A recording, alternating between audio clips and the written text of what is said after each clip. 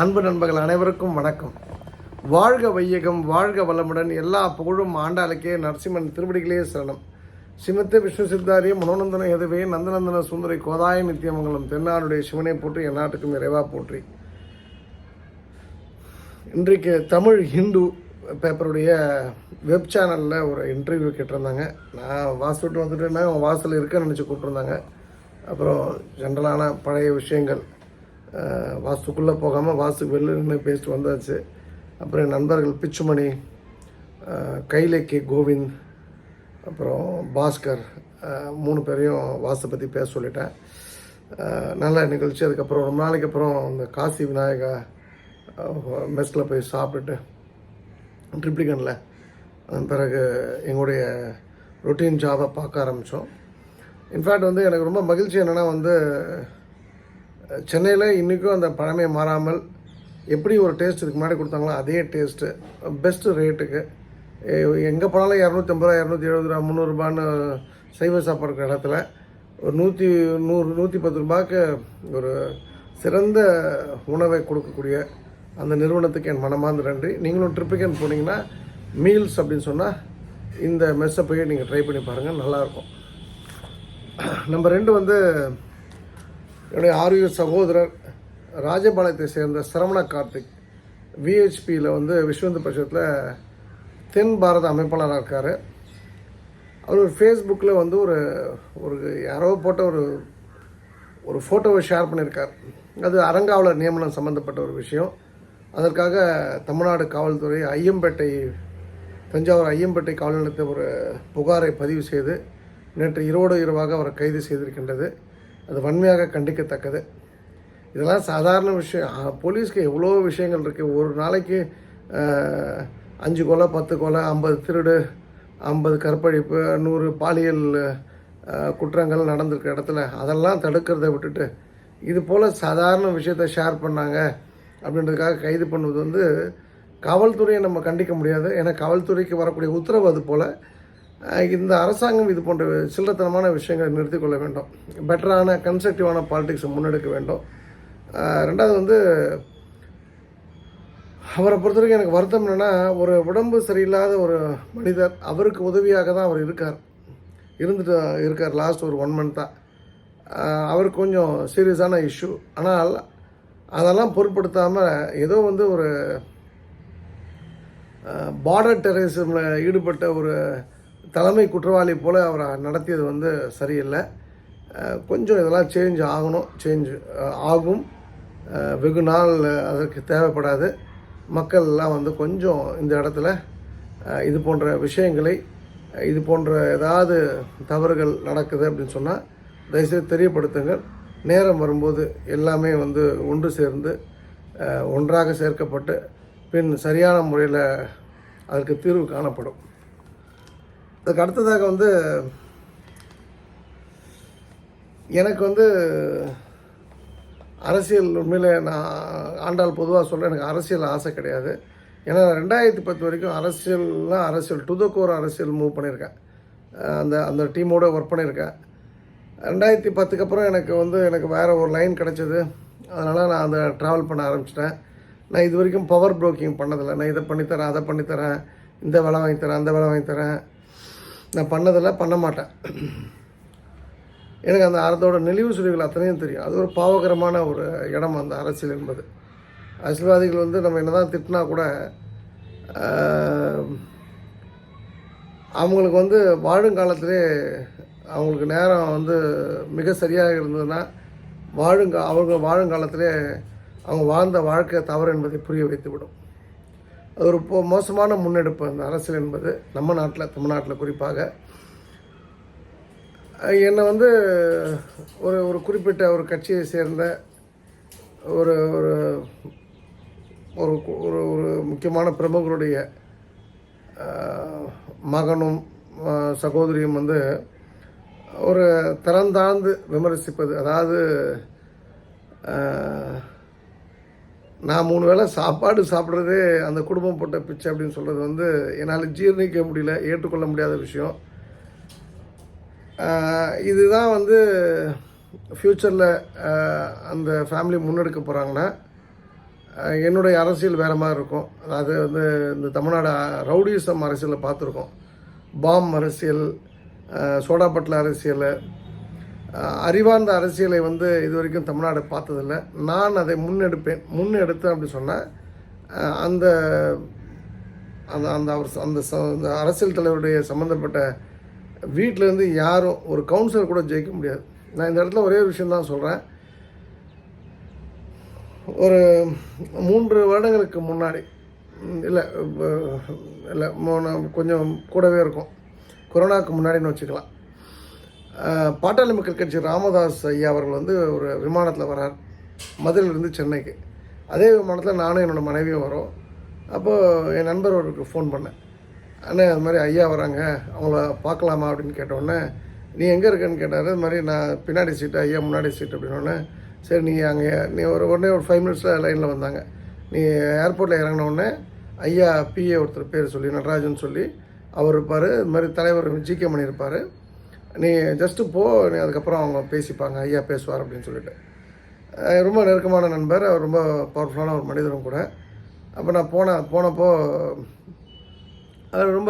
அது ரொம்ப பிரியமுள்ளவங்கள்ட்ட வந்து அந்த காலத்து பெரிய மனிதர்லாம் எப்படி சொல்லுவாங்க, வாங்க ரெட்டியார், வாங்க செட்டியார் அப்படி தானே பேசுவாங்க. அதே போல் வாங்க பிள்ளைவாள் அப்படின்னு சொல்லி அவர் கூப்பிட்ட உடனே நானும் என் மனைவியும் அதே இடத்துல ஏர்போர்ட்லேயே வந்து அந்த லிஃப்ட்டுக்கு பக்கத்துலேயே அவர்கிட்ட ஆசீர்வாதம் வாங்கினோம். அப்போ அவர் சொன்ன ஒரு விஷயந்தான், இந்த ஊர்லேயே தமிழ்நாட்டிலே அதிக புத்திசாலிகள் யாருன்னா வந்து தாமிரபரணி தண்ணியை குடித்த சைவ பிள்ளைவாள் தான் அப்படின்னு அவர் சொன்னார். அவர் ஏதோ வந்து நான் சார்ந்த சமுதாயத்தை தூக்கி பேசணும்லாம் அதை சொல்லலை அவர். அதுக்கு அவர் சொன்ன காரணங்கள்லாம் நிறைய உண்டு, அதுக்கு யார் எங்கே அப்படின்னு சொல்லிட்டு. அதாவது வந்து இன்றைக்கும் வந்து நிறைய சக்ஸஸ்ஃபுல்லான பிஸ்னஸ் ஹவுஸ் பார்த்திங்கன்னா எங்கள் ஊர் ஆட்களில், தாமிரபரணி ஆட்களில் தான் வந்து முக்கியமான இடத்துல வச்சுருப்பாங்க. எனக்கு தெரிஞ்ச வரைக்கும் எங்கள் ஆட்கள் வந்து தவறு பண்ண மாட்டாங்க பண விஷயத்தில் குறிப்பாக. நம்பர் 1. நம்பர் 2 வந்து விசுவாசமாக இருப்பாங்க. நம்பர் 3 வந்து அதாவது வந்து எப்படி சொல்கிறது, தன்னை வந்து ஒருத்தர் எதிர்க்கிறார் அப்படின்னு சொன்னால் அந்த எதிர்ப்பை எப்படி கையாள வேண்டும் என்ற ஒரு விஷயம் ஜெனட்டிக்கலாகவே எப்படி அந்த இஸ்ரேல் ஜூஸ்க்கெலாம் உண்டோ அதே போல் திருநெல்வேலி தாமிரபரணி மண்ணை சேர்ந்தவர்களுக்கு உண்டு என்பதை நான் தெரிவித்துக் கொள்கின்றேன். நான் அது மாதிரி அரசியலாம் முன்னெடுத்தேன் அப்படின்னு சொன்னால், ஏன்னா நமக்கு அவங்க தொழில் அவங்க எதோ பண்ணிட்டு போகிறாங்க, ஏதோ பணம் வாங்குறாங்க, லஞ்சம் வாங்குறாங்க, ஏதோ பண்ணுறாங்க, கட்சி நடத்துகிறாங்கன்ட்டு அதெல்லாம் நான் முன்னெடுத்தேன் அப்படின்னு சொன்னால் it is very difficult to handle me. அதை நான் தெளிவாக இந்த ஊடகத்தின் வாயிலாக நான் சொல்ல ஆசைப்பட்றேன். காலம் வரும்போது யார் என்ன என்ற விஷயத்தை நான் மிக தெளிவாக விளக்குவேன். அதுக்கான சூழ்நிலையை உருவாக்க மாட்டாங்கன்னு நம்புகின்றேன். நம்ம வந்து ஒரு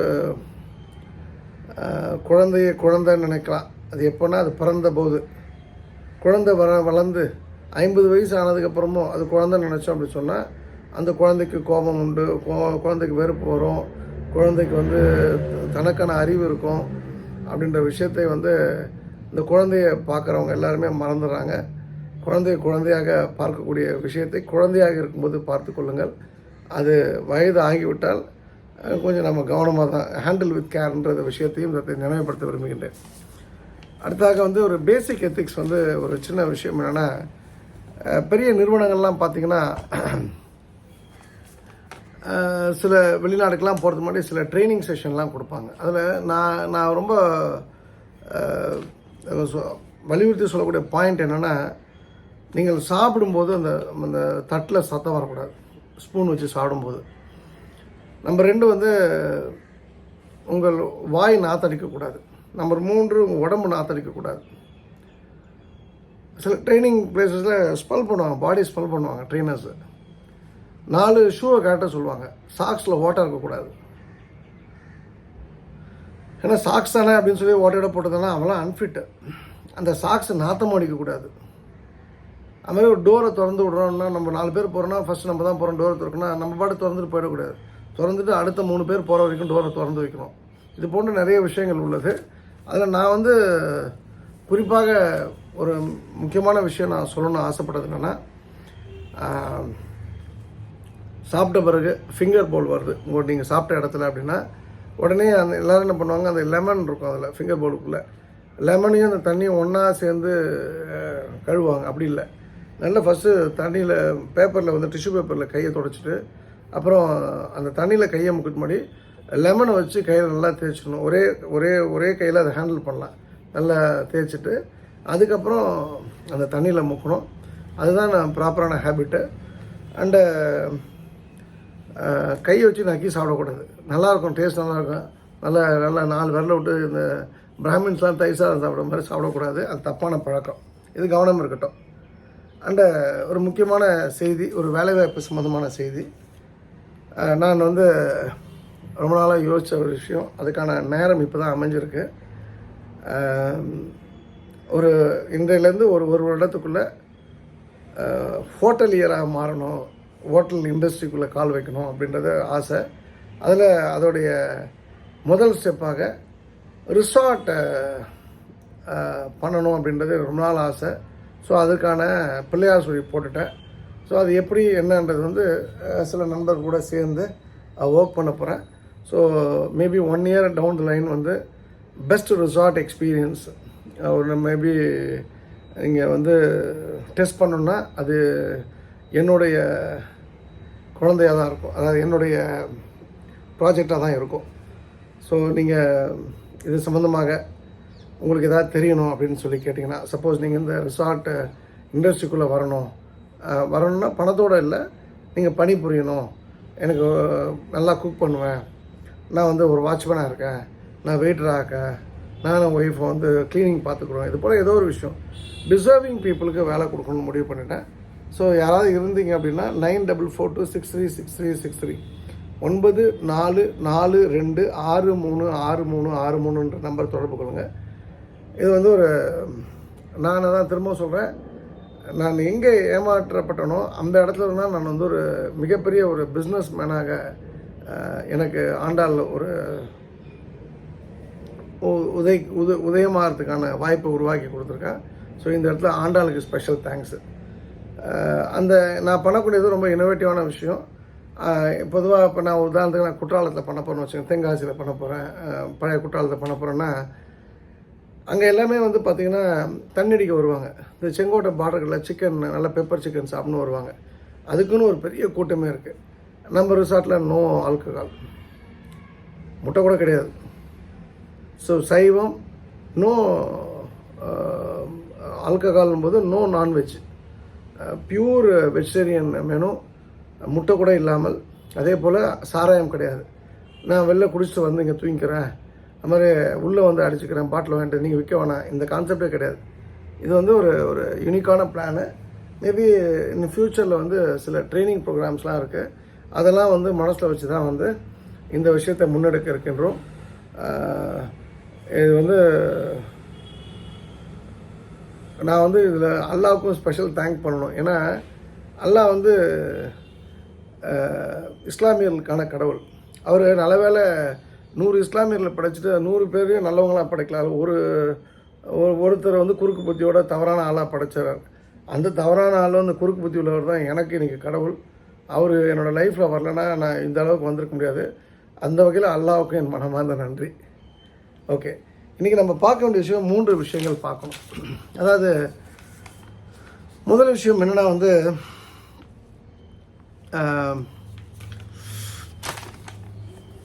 ஒரே நிமிஷம்.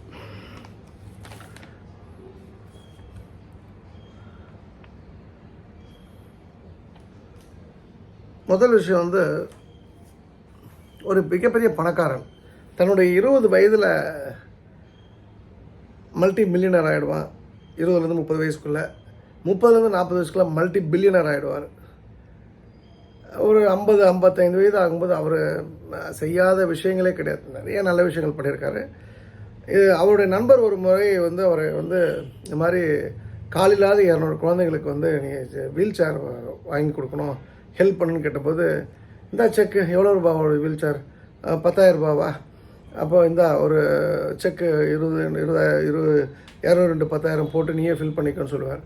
ஐயோ எனக்கு செக் வேண்டாம், வீல் சேரை வாங்கி நீயே அதுக்கு கையால் கொடுக்கணும் போது எனக்கு நிறைய பிஸ்னஸ் வேலை இருக்குது, ஐ காண்ட் அப்படின்லாம் அவர் சொல்லும்போது எனக்காக நான் நண்பன்ற முறையில் கேட்குறேன், எனக்காக நீ வந்து உன் கையால் அந்த வீல் சேரை கொடுக்கணும் அப்படின்னு அவர் நண்பர் சொல்வார். இவரும் அதே போல் ஒரு நாள் வந்து அந்த பர்டிகுலர் நாளில் அந்த கால் இல்லாத குழந்தைகளுக்கு அந்த வீல் சேரை கொடுப்பாங்க. அப்போ ஒரு குழந்தை மட்டும் வீல் சேரில் உட்காந்த குழந்தை, ரொம்ப மகிழ்ச்சியாக உட்காந்த குழந்தை என்னென்னு தெரியல, திடீர்னு வீல் சேரை விட்டு இறங்கி தவழ்ந்து வந்து இவரோட காலை அந்த உலக பணக்காருடைய காலை கட்டி பிடிக்கும். அவருக்கு ஒன்றுமே புரியாது, ஏன்னா இது போல் சந்தர்ப்பம் நடந்ததே இல்லை. அவர் பெரிய பணக்கார, 20-30 வயசுலேயே மல்டி மில்லியனர், 30-40 வயசுலேயே மல்டி பில்லியனர், 55 வயசில் நீங்கள் திரும்பி பார்க்கும்போது அவ்வளோ சொத்துக்கள் உலகம் ஃபுல்லாக. ஃபஸ்ட் டைம் வந்து அவர் ஃபிசிக்கலாக வந்து அவர் கண்ணால் பார்த்து ஒருத்தவங்களுக்கு உதவி பண்ணக்கூடிய நேரம் அது. அப்போ அந்த குழந்தைய அப்படியே முகத்தை அப்படியே பிடிச்சிக்கிட்டு, என்ன ஏதாவது உனக்கு தேவை இருக்கா அப்படின்னு அவர் கேட்கும்போது அந்த குழந்தை சொல்லிச்சான், இல்லை நீங்கள் வந்து எனக்கு வீல் சேர் கொடுத்தீங்களா, எனக்கு ரொம்ப மகிழ்ச்சி. நான் சொர்க்கத்தில் உங்களை சந்திக்கும்பொழுது உங்கள் முகம் எனக்கு மறந்துடக்கூடாது, அதனால தான் உங்கள் முகத்தை கிட்ட வந்து உத்து பார்த்தேன், எனக்கு அங்கேருந்து பார்க்கும்போது கொஞ்சம் கிளாராக இருந்தது, அதனால தான் அப்படின்னோடனே அவர் அந்த பிள்ளையை கட்டி பிடிச்சிப்பார். அப்போது அதாவது 2 விஷயங்கள் அந்த குழந்தை சொல்லுது. ஒன்று, இந்த குழந்தைகளாக இருக்கிற வரைக்கும், குழந்தை புத்தியோடு இருக்க வரைக்கும் அது வந்து அந்த குழந்தைகள் எல்லாத்துக்குமே சொர்க்கம் தான், குழந்தைகளுக்கு நரகமே கிடையாது. நீங்கள் நல்லது பண்ணிங்கன்னா அப்போ அந்த குழந்தை மனசு எப்படி தோணுது, கட்டாயம் ஒரு சொர்க்கத்துக்கு தான் வருவார், நரகன்ற கான்செப்டே அதுக்கு தெரியல. அப்போது நீங்கள் சொர்க்கத்துக்கு கட்டாயம் வருவீங்கிற ஒரு விஷயத்தை அந்த குழந்தை வந்து இன்டெரக்டாக வலியுறுத்துது. அப்போ உங்களுக்கு நான் சொல்கிறேன், இந்த கொடுப்பது வந்து சொர்க்கத்துக்கு போகிறதா, நரகத்துக்கு போகிறதுக்கா, நரகத்துக்கு போகாமல் இருக்கிறதுக்கான்றதெல்லாம் கிடையாது. கொடுத்தீங்கன்னா அந்த குழந்தைக்கு எப்படி அந்த பணக்காரர், அந்த கோடீஸ்வரன் கடவுளாக மாறினாரோ, கொடுப்பவனுக்கு நீங்களும் கடவுள் தான். அது எவ்வளோ கொடுக்கணும், என்ன கொடுக்கணும் அப்படின்லாம் விஷயம் இல்லை, எப்போ கொடுக்கணும் அப்படின்றதான் ரொம்ப முக்கியம். கொடுக்க வேண்டிய நேரத்தில் கொடுக்க வேண்டியதை சரியான முறையில் நீங்கள் கொடுத்தீங்கன்னா நீங்கள் வாழும் காலத்தில் நீங்களும் கடவுளாக மதிக்கப்படுவீர்கள், போற்றப்படுவீர்கள், துதிக்கப்படுவீர்கள். உங்களுக்கு என்னை யாரும் துதிக்க வேணாம்னா that is your cup of tea, not an issue. ஆனால் நீங்கள் கடவுளாக மாறணுன்றது எனக்கு தாழ்மையான வேண்டுகோள். 2வது விஷயம் வந்து, இந்த கடவுளாக மாறணும் அப்படின்னு சொன்னால் அதுக்கு வந்து நம்ம என்ன நினைப்போன்னா, பணக்காரனாக இருந்தால் தான் மாற முடியும் அப்படின்னு சொல்லிட்டு நம்ம அப்போ தான் உதவி பண்ண முடியும்னு நினைப்போம். இது வந்து ஏற்கனவே நான் சொல்லியிருக்கேன், ஒரு பெரிய ஒரு உலக புகழ்பெற்ற பணக்காரர் ஒரு முறை ஏர்போர்ட்டுக்கு உள்ளே போகும்போது பேப்பர் படிக்கணும் நேரம் இருந்தது, ஆனால் அவர்கிட்ட அந்த பேப்பருக்கான பணம் இல்லை.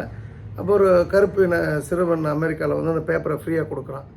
2 மாதம் கழித்து மறுபடியும் அதே ஏர்போர்ட்டுக்கு போகிறாரு, அதே போல் இப்போ சில்லறை இல்லை, அப்பயும் அவன் ஃப்ரீயாக கொடுக்குறான்.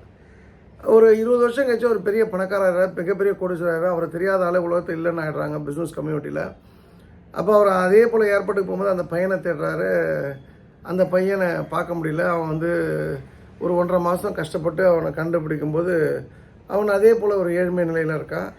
அப்போது அவர் சொல்கிறாரு, எனக்கு தெரியுதான்னு சொல்லிட்டு. அப்போ உங்களுக்கு தெரியுமா, நீங்கள் இந்த கம்பெனியோட ஓனர், உலகம் புகழ்பெற்ற ஓனர் ஆச்சு, எனக்கு எப்படி தெரியாமல் இருக்க முடியும், அதான் பேப்பரில் உங்கள் முகத்தை பார்க்குறேன்னும் போது, உனக்கு ஞாபகம் இருக்கா அண்ணன், என்ன முன்னாடி பார்த்துருக்கேன், இல்லை நான் பார்த்தது இல்லையான்னு சொல்லுவான்.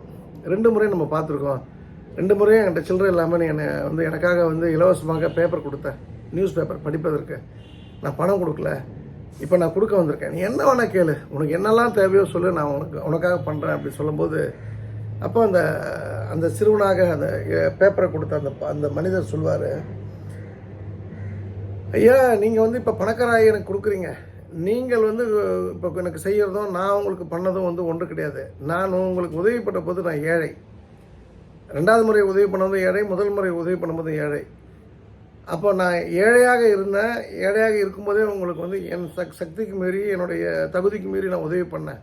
இப்போ நீங்கள் பணக்காரனாக வளர்ந்து வந்து எனக்கு கொடுக்குறீங்கன்றது வந்து பெரிய விஷயமா எனக்கு படலை, அது கொடுத்ததாகவே இருக்கட்டும் அப்படின்னு நான் சொல்லும்போது இவர் வாயெடுத்து போயிடுவார். அப்போ முதல் கதைக்கு 2வது விஷயந்தான் பதில். நீங்கள் கொடுக்கணும்னு ஆசைப்பட்டீங்க அப்படின்னா அது பணமாக தான் இருக்கணும்னு அவசியம் இல்லை, பணக்காரனாக ஆகணுன்றது அவசியம் இல்லை, பணக்காரனாக இருக்கணுன்றது அவசியம் இல்லை, பணக்காரனாக ஆனால் தான் கொடுக்க முடியுன்றது அவசியம் இல்லைன்றது புரிந்து கொள்ளுங்கள். அப்போது அந்த கடவுள், அந்த பணக்காரன்ற ஒரு விஷயத்துக்கு அப்பாற்பட்டு 3வது ஒரு மிக முக்கியமான செய்தி ஒன்று இருக்கின்றது. அது என்ன வந்து, இது எப்படி சாத்தியப்படும், எல்லாருமே பணக்காரனாகிட முடியுமா, எல்லாருமே கொடுக்க முடியுமா, அந்த எண்ணங்கள் எப்படி மாறும்? இப்போ நம்ம வந்து பணமே இல்லை, ஆனால் கொடுக்குற எண்ணம் எப்படி வரும் அப்படின்னா, நம்ம கொஞ்சம் ஸ்மார்ட்னஸை வளர்த்துக்கணும். இதுவும் ஒரு கதை தான். அந்த கதையில் வந்து ஒரு உலக புகழ்பெற்ற மேதை, அவர் வந்து எல்லாருமே ஒரு சின்ன சின்ன விஷயத்துக்கு கூட பெரிய பெரிய விஷயத்துக்காகட்டும், சின்ன சின்ன விஷயத்துக்காகட்டும் அறிவுரைனா அவர்கிட்ட தான் வந்து கேட்பாங்க. அந்த அளவுக்கு அறிவாளி. அப்போ ஒரு அந்த ஊரை சேர்ந்த ஒருத்தர் வருவார், நீ இவ்வளோ அறிவாளியாக இருக்க, உன் புள்ள செம மக்கா இருக்கானோடனே ஒரு டென்ஷன் ஆகிடுவார், என்ன பேசுகிறீங்கன்னு சொல்லிட்டு. அப்போ அவர் சொல்லுவார், உன் பையன் வந்து தங்கம் விலை உயர்ந்ததா வெள்ளி உயர்ந்ததா நானும் ஒரு வருஷமாக கேட்டுட்ருக்கேன். அவன் வெள்ளி உயர்ந்ததுன்னு சொல்கிறான், அவனுக்கு முதல்ல வாழ்க்கையை சொல்லிக் கொடு, அப்புறம் ஊருக்கு போதனை சொல்லணுன்னே இவர் அதை கேட்டு ரொம்ப கோவப்பட்டு பையன்கிட்ட வருவார். அவனை அடிக்கிற மாதிரி கிட்டத்தட்ட வந்துடுவார். அப்போது அந்த பையனை கேட்பேன், ஏன்டா இப்படி இருக்க, என்ன டாடி அப்படின்னு கேட்பான் அவன். சரி நான் கேட்குறேன், உலகத்தில் உங்கள்கிட்ட வந்து தங்கம் விலை உயர்ந்ததா வெள்ளி விலை உயர்ந்ததான்னு கேட்டால் நீ என்ன பதில் சொல்லணும்? இது என்ன கேள்வி, பைத்தியக்காரத்தனமாக கேட்குற, தங்கம் தான் உயர்ந்தது. உடனே ஒரு வாயடிச்சு போடுவார். அப்போ ஏன்டா முட்டாள் மாதிரி அந்த அந்த அந்த அந்த இந்த ஊர் நாட்டம் ஒருத்தன் வந்து உன்னை கேட்டான்னு சொல்லிட்டு எப்போ பார்த்தாலும் வெள்ளி உயர்ந்ததுன்னு சொல்லியிருக்கேன் அப்படின்னும்போது அப்போ அவன் சொல்லுவான், என்ன டாடி நீ மூணு பிள்ளை, நீ என்ன போய் இப்படி முட்டாள் நினச்சிட்டேன். அவன் இப்படி கையில் வச்சுப்பான் ஒரு தங்கத்தை, இப்படி கையில் இன்னொரு கையில் வெள்ளியை வச்சுப்பான். தங்கம் விலை வந்தால் வெள்ளி உயர்ந்ததா அப்படின்னு சொல்லும்போது நான் வெள்ளின்னு சொல்லுவேன். உடனே வெள்ளி காயினை எனக்கு கொடுத்துருவாங்க. இது போல் டெய்லி வந்து போகிற போதெல்லாம் எனக்கு வந்து என்னை கூப்பிடுவாங்க, எனக்கு வந்து தங்கம் வெள்ளி எது விலை உயர்ந்துன்னு கேட்பாங்க. உடனே வெள்ளின்னு சொல்லுவேன். எப்படி முட்டாள் பையனாக வளர்த்துருக்கான் பாரு அந்த ஞானி அப்படின்னு சொல்லி உன்னையும் திட்டுவாங்க. ஆனால் நீ புரிஞ்சுக்கப்பா, நான் இந்த 305 வெள்ளிக்காயின் நான் சேர்த்து வச்சுருக்கேன், அதோட மதிப்பு கிட்டத்தட்ட பல லட்சம் பாடினோன்னா அப்பா வாயெடுத்து போயிடுவார். அப்போது அந்த முதல் விஷயம் கடவுளாக மாறணும். ரெண்டாவது விஷயத்தில் வந்து அதுக்கு நீங்கள் பணக்காரனாக இருக்கணும் அவசியம் இல்லை, ஏழையாக இருந்தால் கூட ஓகே. ஆனால் அந்த எண்ணங்களை எது ஈடேற்றோம் அப்படின்னு சொன்னால் அட் டைம்ஸ் வந்து நம்ம முட்டாளாக இருந்தால்தான் அது சாத்தியப்படும். நமக்கு நிறைய பெரிய கெட்டப்பழக்கம் என்னென்னா, தேவையில்லாத இடத்துல நம்மளோட அறிவு கூர்மையை வெளிப்படுத்துவோம். நான் வகுப்பெடுக்கும் போதெல்லாம் அந்த விஷயத்தை நான் கடந்து வந்திருக்கேன். நான் கேள்வி கேட்பேன், இதுக்கு வந்து கையை தூக்குறவங்க தான் பதில் சொல்லணுன்ட்டு. அந்த கேள்வி கேட்டு முடிக்கிறதுக்குள்ளே 10 பதில் வரும். அவெல்லாம் வந்து முந்திரி கொட்டை முரட்டு சிங்கங்கள்னு சொல்லுவார் நாகூர் ரூமி. அது போல தான் அவன்லாம் கடனோடு தான் இருப்பான். அவன் வந்து எவனுக்காவது கையெழுத்து போட்டு போலீஸ் ஸ்டேஷன் கோர்ட்டு கேஸ் தான் சுற்றிட்டு இருப்பான். அப்படி இருக்கக்கூடாது. இப்போ என்னுடைய அறிவை வந்து இன்னொருத்தனுக்கு புரிய வைத்து அதெல்லாம் எனக்கு என்ன ஆகப்போகுது, nothing is going to happen அப்படின்னும்போது நான் சொல்கிறது என்னென்னா, அது போல் இடங்கள் அது போல் தருணங்கள் உருவாச்சுன்னா அந்த இடத்துல நம்ம பேசி ஒரு பயனும் கிடையாதுன்னா, பேசாமல் இருந்தால் நம்ம வந்து பயன் உண்டு. அதுவும் குறிப்பாக முட்டாளாக இருந்தால் பயன் உண்டுன்னா முட்டாளாக இருக்க நீங்கள் பழகிக்கொள்ளுங்கள். இது இருந்தால் அந்த கடவுளாக மாறுவதற்கான அந்த சூழ்நிலையும். நம்பர் 2 அட் டைம்ஸ் நான் சொல்கிறது. ரெண்டாவது வந்து தான்ற திமுரு இல்லாமல், அதாவது பணக்காரனான தான் வந்து நான் கொடுக்க முடியுன்ற ஒரு பயம்லாம் இல்லாமல் உங்களால் ஆக சிறந்த வாழ்க்கையை முன்னெடுக்க முடியும். ஆக சிறந்த வாழ்க்கையை நீங்கள் முன்னெடுக்க அட் டைம்ஸ் முட்டாளாகவும் இருக்க பழகி கொள்ளுங்கள். இந்த அருமையான வாய்ப்பு கொடுத்த திருச்செந்தூர் பணிமுகம் தாய் ஆண்டாளுக்கு நரசிம்மனுக்கு என் மனமார்ந்த நன்றி. மீண்டும் நாளை இரவு சென்னையிலிருந்து உங்களை சந்திக்கின்றேன். ஆடி ஆடி அகம் கரைந்து இசை பாடி பாடி கண்ணீர் மல்கி எங்கும் நாடி நாடி நரசிங்காவென்று வாடி வாடும் இவ்வாணுதலே. எல்லா புகழும் ஆண்டாளுக்கே. நரசிம்மன் திருவடிகளே சரணம். நன்றி, வணக்கம். சர்வம் கிருஷ்ணார்ப்பணம். ஸ்ரீராம் ஜெயம்.